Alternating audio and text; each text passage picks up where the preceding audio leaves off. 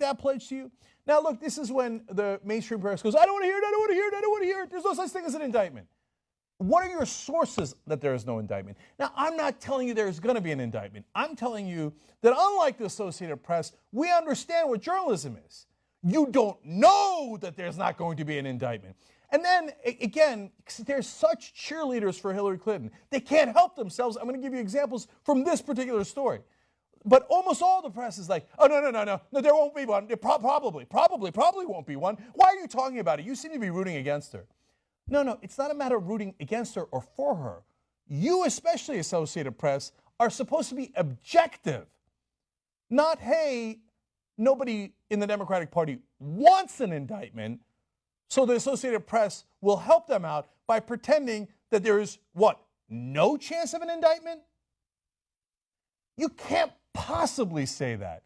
There's a dozen FBI agents investigating her right now.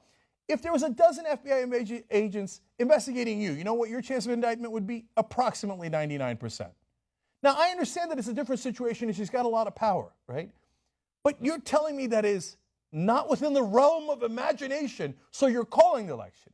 You see, it's different than 2008. In 2008, first of all of the voting had been done. In this case, California, New Jersey, all those states have not voted. They're voting today. You called it before those elections. Second of all, by the way, Hillary Clinton did not even concede then. She waited for all the voting to be over and then another 4 days, and there was no extenuating circumstances. There was not an indictment hanging over Barack Obama's head. There was nothing that could have prevented Obama from winning. I mean, I suppose wild things could have happened. This is not wild. This is an actual federal investigation of one of the nominees. If Trump had a federal investigation of him with 12 FBI agents on him, do you think they'd be like, oh, no, it's never going to happen for Trump. No, there'll be no indictment of Trump. Don't you dare say that in the press.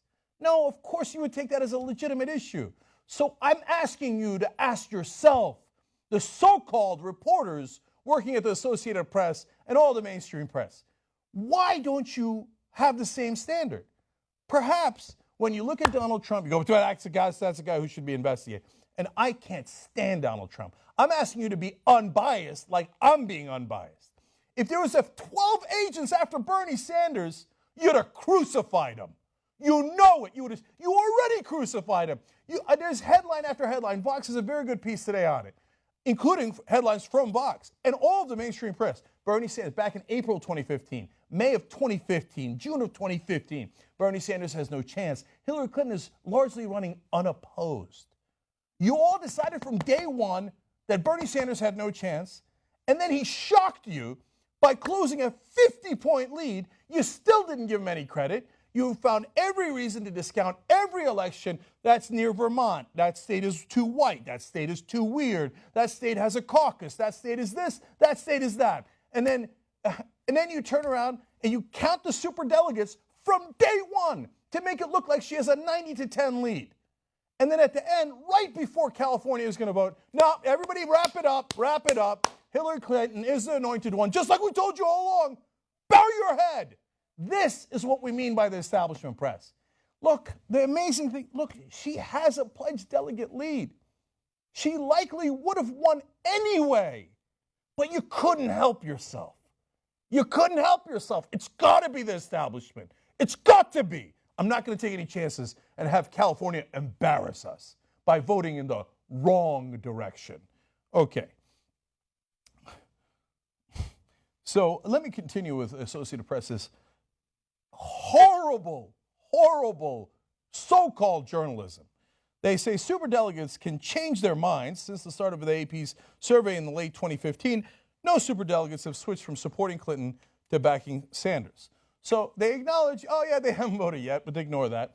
They can change their minds. They didn't say it here, but they did change their minds in the last close race in 2008. A lot of them changed their minds. In this case, they say, but none of them have switched yet. Now, that's a fair point to make. None of them have switched yet. And in the Obama-Clinton race, they were switching in the middle.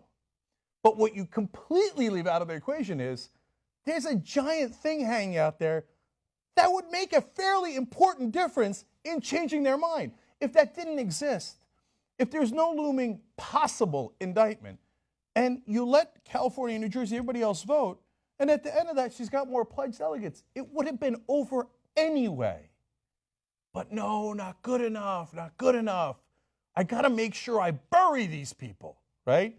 So I'm not even going to talk about indictments. No. Nobody switched their minds yet? Is there any possibility they could? No. It's not like we're journalists. God, it would take a lot of unearthing to figure out what in the world could make them change their minds. I don't know.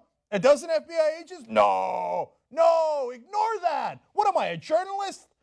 I'm going to find the most obvious investigation of all time. Have you not heard of this email scandal that hasn't crossed your mind at all? How pathetic. Why did you choose to ignore that? So I'm asking the editors, and they will find my tone unbearable. They say, oh, he's a little loud. See, we prove our neutrality by whispering, but shouting from the rooftops about the superdelegates and how Hillary Clinton should win, but we say it so politely.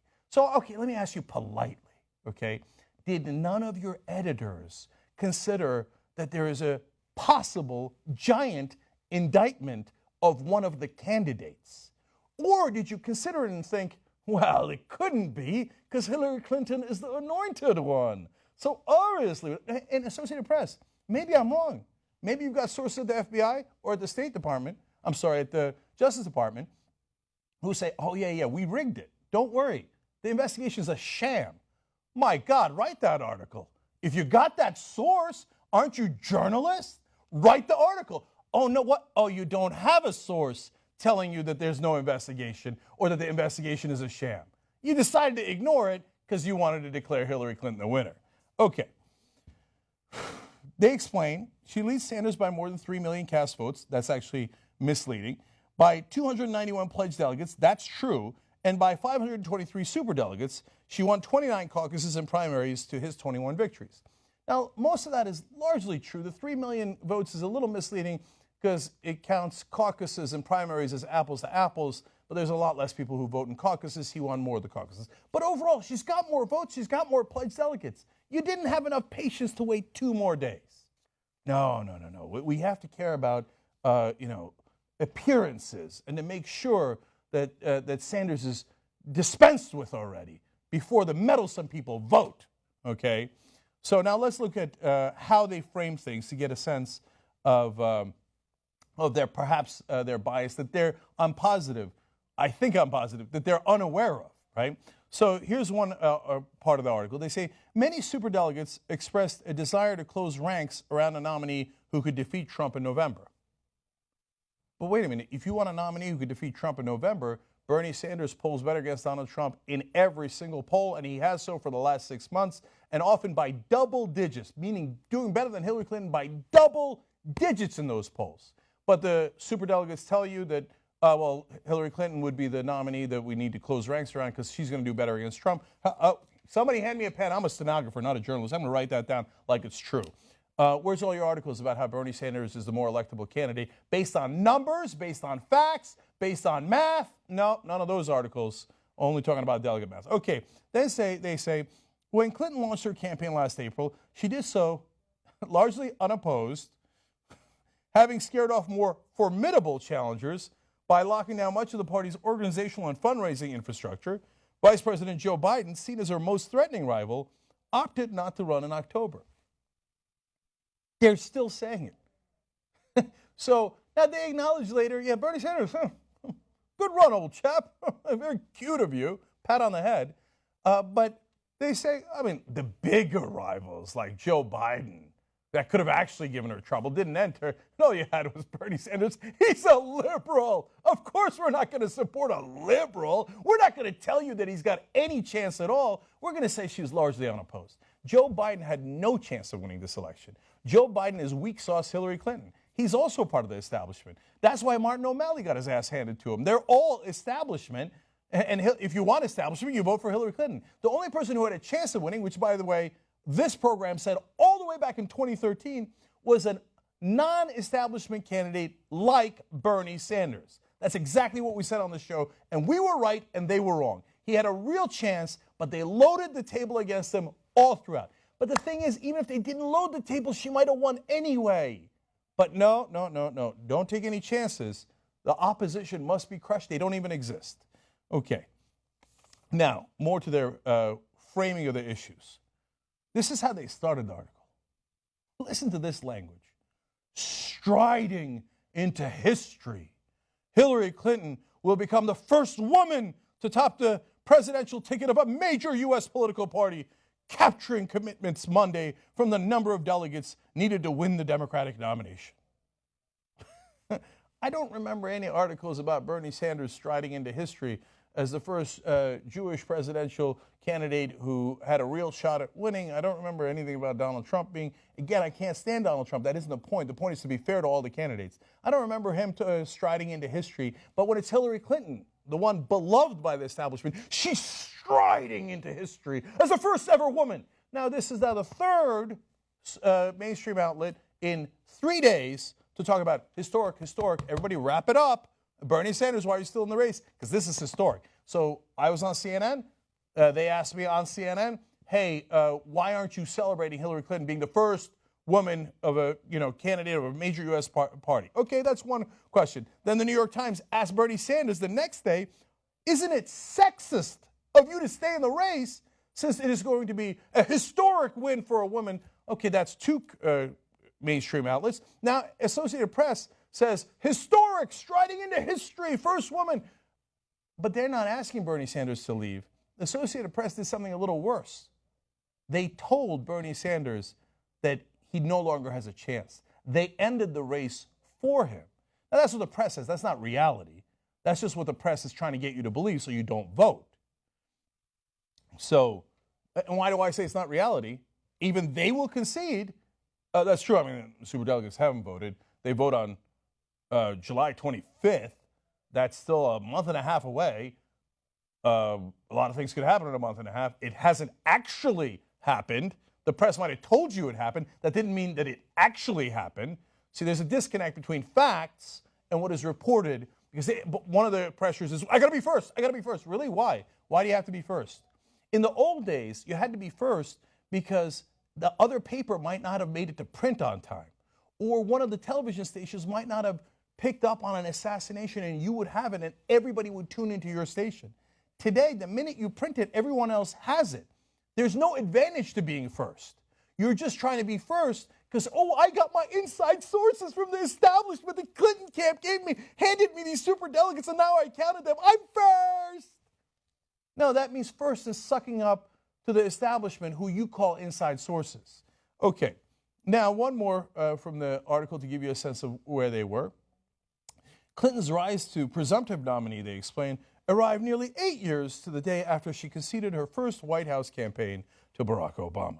This is yet another talking point from the Clinton camp I've now seen all over the press, including on the very article that called a race for her. Okay? So what they leave out there is a very important piece of context. Yes, the date is the same, but the primaries happened earlier in 2008.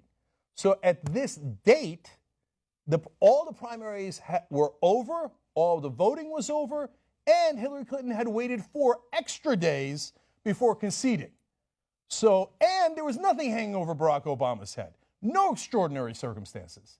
So it makes it seem like, oh, Bernie Sanders, why aren't you out of the race? Hillary Clinton was a decent person, and she had already left the race by this date. Oh, I didn't give you the context that the dates were off on when they voted in that primary. I'm sorry, was I supposed to be a journalist? Because I just took Hillary Clinton's talking points and I regurgitated to you without checking in on it. Oops, I did it again. Okay. By the way, if you want to know what Hillary Clinton's real opinion back then was, she wrote a letter to the superdelegates, which I can quote at length, but I'll just give you one line from it. Even after she had lost on pledged delegates, she said, well, I won a lot of states and I won them, some of them big. She said, and with 40 and 35-point margins of victory, it is clear that even when voters are repeatedly told this race is over, they're not giving up on me, and I'm not giving up on them either. So when Hillary Clinton was told that it was over, and in her case it was actually over, she said, no, I'm not giving up on them. It's not over, it's not over, it's not over. Now she tells the press, it's over already, print that it's over. And they're all like, yes, sir, absolutely, ma'am, here we go, it's over. Everybody, it's over. Don't vote in California or New Mexico or in any of those places. Don't, whatever you do, don't vote. It's already over. We've decided. Okay. And then now let's go to the Clinton campaign's possible role in this. I love this disingenuous tweet that Hillary Clinton sent out. She says, "Oh, we're flattered, the Associated Press, but we've got primaries to win. California, Montana, New Mexico, North Dakota, New Jersey, South Dakota. Vote tomorrow."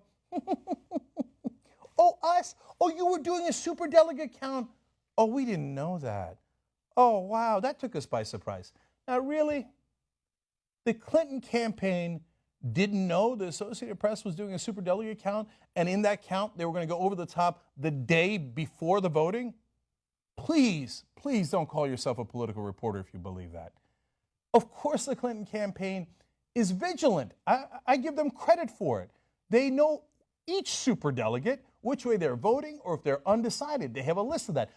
Do you think they don't have a list of that? Now, if you said that about Trump, I'd believe you because the guy's a clown and he's an incompetent manager. No one is saying Hillary Clinton is an incompetent manager. She has a list of the superdelegates, and she knows the list that the Associated Press is working with. Now, the Clinton campaign, they weren't in cahoots with the Associated Press, or at least I don't know about that, and I would actually be, maybe I'm naive, but I would be surprised by that. But this is how it works. The Clinton campaign tells certain delegates, superdelegates that have not committed yet, hey, either do us a favor and commit the day before the California voting, or do us a favor and commit the day after the California voting. If she thought she was going to win California easily, she says, hold. Some of my superdelegates that haven't committed yet, but I know are on my side. Don't tell the Associated Press or NBC that you're on my side yet, because I'd like to win California, or I'd like the voting to be done, right? Because I don't want it to seem like the superdelegates decided the election. I want it to seem like the voters decided the election. No, they decided, hey, those superdelegates that we've been pressuring for months and months and months, go now. We might lose California. I don't want to win after getting embarrassed in California. Go now. Now, if you're at all savvy about politics, you understand that. If you're the Associated Press, you go, what? Oh, they're counting the delegates? Oh, the Clinton campaign might be talking to the superdelegates and telling them to announce this the day before massive elections. I don't know anything about that. No, either you don't know, and please retire or be fired immediately because you're incompetent at your job, or you do know and you don't give a damn. You're perfectly happy being complicit with the Clinton campaign in the political strategy they are unfolding because you want to be first. I have inside sources. I'm going to be first. I'm going to be such a good journalist.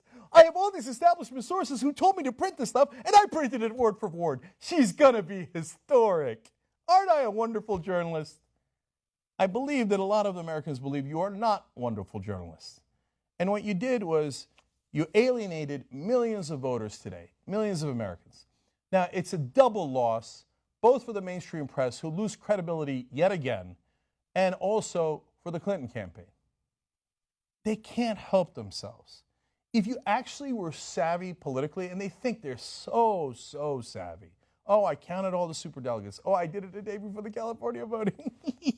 Okay, no, this actual savvy move is to embrace those millions of voters who you need to win the general election. Instead, what did you do? You just spit in their eye. And you said, what are you going to do about it? Yeah, I won it with the superdelegates. Yeah, you're not going to get the count in California. Yes, the Democratic Party, which had pretended to be in favor of voting rights all this time, were outraged when the Republicans would disenfranchise voters, just disenfranchise millions of voters, and think, I'm so clever. No, you're not half as clever as you think you are. So celebrate your victory today, but one, it's not an actual victory. Those superdelegates have not voted. And yes, this is the one race where there are extraordinary circumstances that could make their vote not so unequivocal. And number two, you found a way to snatch defeat out of the jaws of victory. If you just let people vote, even if you lost California, you would still have plenty of pledged delegates. And you could comfortably say tonight or tomorrow, hey, I have all these pledged delegates. That is a lead over Bernie Sanders. And yes, I also have the superdelegates, meaning that at the convention, it is likely that I will have more delegates. And then you could bring pressure to bear on Bernie Sanders to at least suspend his campaign. But no, no, no, no. You couldn't help yourself. You're used to using and abusing power. So right at the moment that it mattered, you did it again. And instead of gaining the loyalty and the respect of half of your party, you lost all of that with yet another cheap political trick.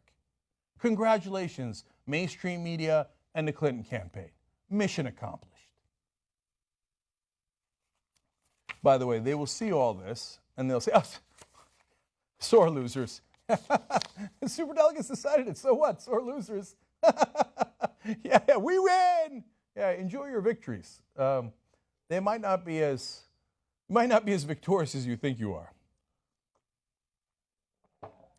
Okay, now let's go on to what Bernie Sanders should do, because our job is to keep it real. Okay, so we're not going to sugarcoat it for you. We're going to tell you what's actually happening tonight and what should happen going forward. Okay. So tonight we will know the results of the last set of elections, with the exception of Washington, D.C. And it's unclear at this point who's going to win California. The last set of polls have Hillary Clinton up by 2 points. It's a mixed primary. In open primaries, Bernie Sanders would win in a situation like that. In a closed primary, Hillary Clinton would win in a situation like that. In a mixed primary, it's really up in the air, too close to call. But in the end, the Clinton camp that tells you that it really wouldn't have mattered much is, on the math of the delegates, correct in that situation. It might have made a difference in terms of the optics and certainly the momentum that Sanders or Clinton had. But no matter what happens in California, she will very, very, very likely finish with more pledged delegates, those are based on the actual vote, than Bernie Sanders will. She also has a superdelegates. She does not have enough pledged delegates to win the majority. So the superdelegates, right or wrong, that 15% of the delegate count in the Democratic Party, will and can and will swing this election to either Hillary Clinton or Bernie Sanders. You know that before the voting today, the race without superdelegates is actually very close. It's 54 to 46. And now about a quarter of the votes are happening today. It's a giant day because it's got the biggest state, California, voting today. Now, the press tells you it's already over. They counted anonymous superdelegates, and they've decided in their infinite judgment and wisdom that the things that have not happened, they know for sure will happen. So, but even if you ignore that, at the end of today, Hillary Clinton very likely will have more pledged delegates. And if something extraordinary like an indictment doesn't happen, that means she'll have won. Now, we'll know by the time July 25th happens, that's the convention, because the very last vote is a superdelegate vote. And if by that time there's no indictment, then this race is over, right? So what are Bernie Sanders' options tonight, whether he wins or loses California? Because at the end of the night, he's very likely to have lost pledged delegates overall for the whole race. Well, option number one is to simply endorse Clinton. Now, that's the option that the establishment wants him to do. Just be done with her already. Just say, yes, I love Clinton. I endorse her. She's the best.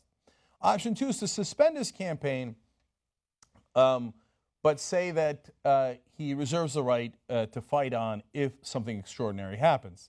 Option three is to fight all the way to the convention for the last vote. Now, yes, Washington, D.C. votes a week from now, but the real last vote is when the superdelegates vote on July 25th. And he can continue to make an argument to those superdelegates. Without extraordinary circumstances, that argument is likely to fall on deaf ears. One, because he did not win more pledged delegates, and two, because they're superdelegates. They are the establishment. They can't stand him, and they love Hillary Clinton because she is the epitome of the establishment. But extraordinary circumstances are still possible. They are out there as a possibility, obviously, because of the possible indictment. So then we go to the question of, what should Bernie Sanders do? Now, that's where I'm going to usually come in with my prognostication, perhaps obnoxiously so. But my job is to tell you what I think of the current political situation and do some analysis on it. So if I was Bernie Sanders, I would suspend the campaign. And so now, Sanders supporters, before you freak out, here's what it means. It doesn't mean that I take all my delegates and I give them to Hillary Clinton preemptively. No, of course not. Right?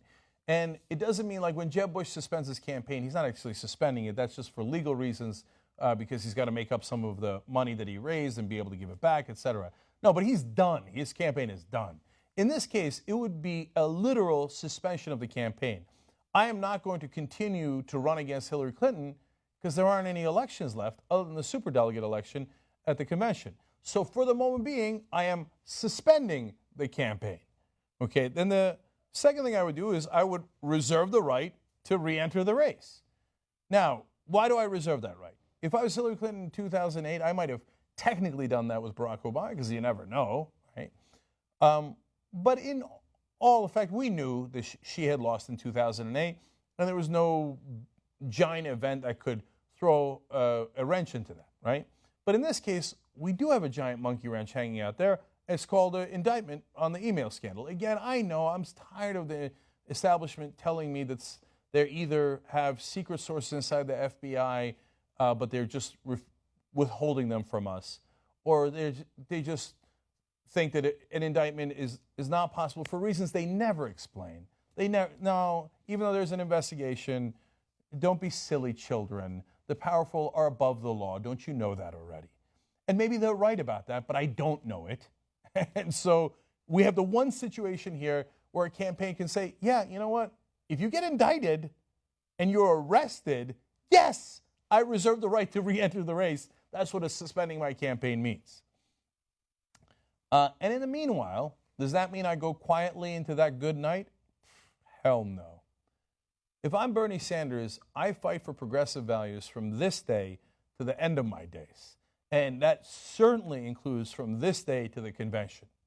Now, what it doesn't mean is that I attack Hillary Clinton, that trying to convince Americans to vote for you instead of Hillary Clinton, Democratic primary voters, those days, with the exception of Washington, D.C., are over.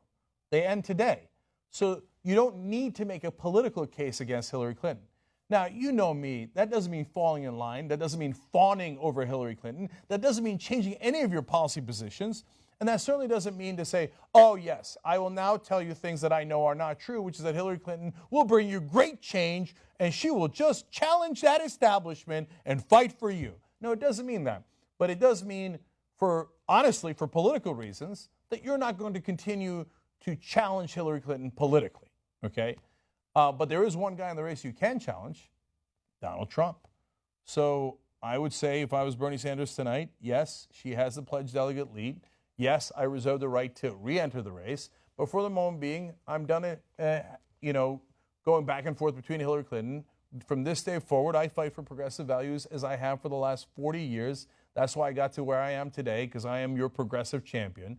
And as part of that fight, I will fight vigorously against Donald Trump. Now, in that scenario, everybody wins. Then you've got two strong Democrats fighting against one Donald Trump. Hillary Clinton should be ecstatic about that, should hug Bernie Sanders and say whether he, technically endorses me or hands over his delegates or not, here's my brother in arms, and we are progressives together. And then you've got two against one. That's wonderful. If all you care about is politics, that's an ideal scenario. My guess is because they're thirsty for power and they don't really believe what they're saying. If they thought they had already won and they thought there was no possibility of an indictment, they wouldn't have pressured all the press to call the election before the California vote. They would have said, yeah, let's vote. It's going to be great. So they think it's not actually over. So if Bernie Sanders does what I suggest, they will be mad. They'll say it's not good enough. They'll say, how dare you? They already had President Obama call Bernie Sanders, and they had him pressure him. Now, I'm going to give you some amusing quotes from that. New York Times reports, some Democrats speculated on Monday that by discussing Mr. Obama's plan to jump into the campaign fray, his team was hoping to nudge Mr. Sanders from the race, signaling the time was coming for him to abandon his bid.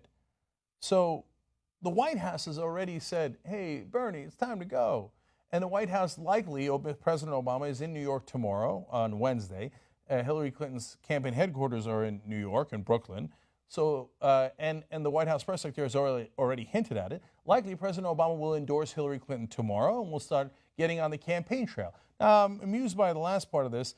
They say Mr. Obama and Mr. Sanders spoke by telephone over the weekend, discussing the path forward after Tuesday's primary contest, according to a person familiar with the conversation, who spoke on the condition of anonymity because the call was meant to remain confidential. But somehow it didn't remain confidential. They add, in the conversation, the person said Mr. Obama essentially put Mr. Sanders on notice that he would soon move to endorse Mrs. Clinton. The call was first reported by NBC News and now New York Times. So the reason I read you that is it gives you a sense of how politics is played. The establishment in the form of Hillary Clinton and Barack Obama had already decided Hillary Clinton was going to win. Obama had made many very thinly veiled references, which we broke down on this show and showed you obviously meant that he was on the side of Hillary Clinton. He'd been on that side for a long time. Now, give him credit, he didn't actually publicly say it in order to at least have the artifice of neutrality in this race. Now he's like, oh, God, come on, Bernie, get out. And he has a call with Bernie Sanders. But that's not the interesting part. The interesting part is he then tells Bernie Sanders, oh, this call is confidential. No. Let's not leak this call. Right after the call, he hands it over to his press guys. Go ahead and leak the call. Tell the New York Times, tell NBC News, so that we can publicly pressure Bernie Sanders to get out of the race. So if I was Bernie Sanders, I would say, thank you, Mr. President, but that's like your opinion, man. So there's no need to do, I don't mean to sound like the establishment here, saying no need to do damage.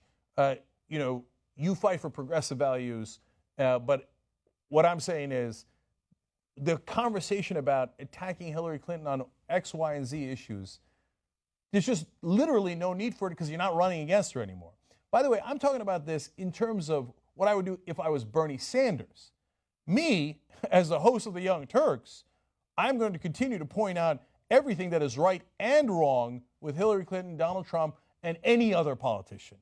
So we don't ever fall in line. We're not politicians. Bernie Sanders is still a politician, still running in the Democratic Party. I'm giving him analysis based on that. For us in the media, we never let up. If Hillary Clinton does something wrong, oh, she's the Democratic nominee now, so I can't say it. Are you kidding me? Of course I'm going to say it. That's our job in the media. But if you're Bernie Sanders, it is more than fair to say, hey, this entire establishment, including the president, you've been trying to push me out this whole time.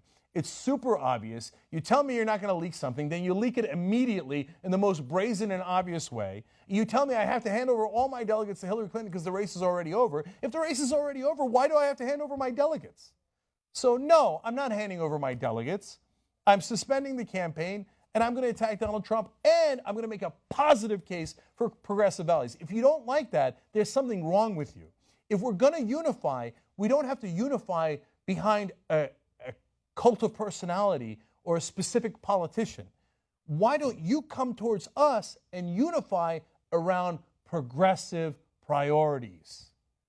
Is that too much to ask for from a Democratic nominee? I don't think so. So that's what not only Bernie Sanders, but Hillary Clinton should do starting immediately. Okay, now I got to take a break. When we come back, we'll kick Donald Trump's ass.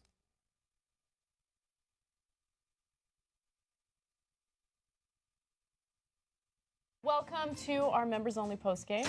I promise you're going to love that. Oh, that's right. We have something awesome. You faked an orgasm, and you faked an orgasm, and you faked one, right?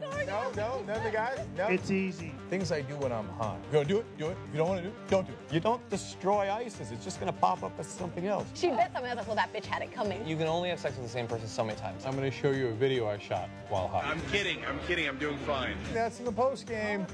You better stay the fuck away from my man. I will fucking touch you. Miss Kasparian is a hard ass. I stopped watching these debates. They're so pointless. It's interesting how different the two genders are. If I am in a relationship where I'm trying to be sexy, well, then I'm just going to be naked. I am very into board games and board game culture. Not that I don't want to get married, it's I don't want to marry you. I've faked orgasms. I don't even know if I'm supposed to be sharing this. Oh, embarrassing. I'm going to say something that's insanely inappropriate.